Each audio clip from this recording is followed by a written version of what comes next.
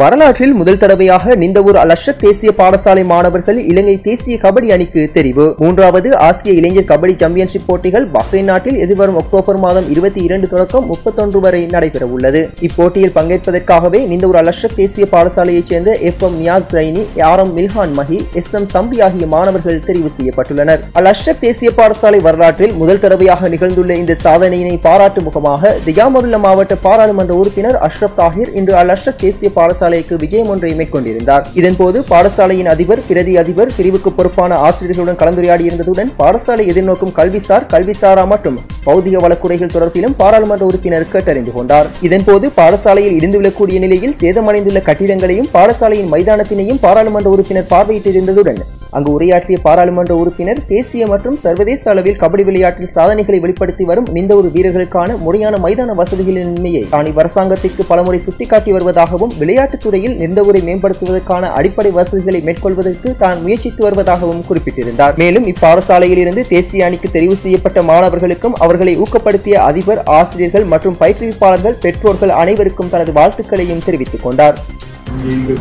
அது சம்பந்தமானவர்களை நாங்கள் அணிஞ்சு அந்த விஷயங்களை கேட்டோம். திடீர்னு சில விஷயங்கள் வந்தால் கூட அதை நாங்கள் அவர்களுக்கு பகிரங்கப்படுத்த தேவையில்லை. ஏனென்றால் இந்த விடயங்களை நாங்கள் பேசுகின்ற போது இதில் மட்டுமில்லை, இதனுடைய கூட்டங்கள் நடைபெறும். அந்த கூட்டங்களில் அமைச்சியினுடைய செயலாளர்கள், அவருடைய டிரெக்டர்மார் எல்லாரும் அவர்கள் வருவாங்க. பாராளுமன்றத்தில் நாங்கள் பேசுகிறோம் என்பது மக்களுக்கு வெளியால் கொண்டு வரப்போன விடயம். இதையும் கூட அங்கு குழுநிலை கூட்டங்கள் நடக்கும்.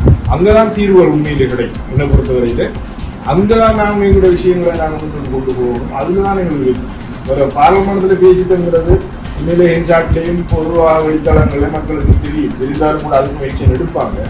நாகக்கூட என்றால் அந்த சந்தர்ப்பங்களை எல்லாரும் வருவாங்க. மாகாண ரீதியாக வருவாங்க, மாவட்ட ரீதியாக வருவாங்க. செய்திகளை உடனுக்குடன் தெரிந்து கொள்ள உடனே சப்ஸ்கிரைப் பண்ணுங்க.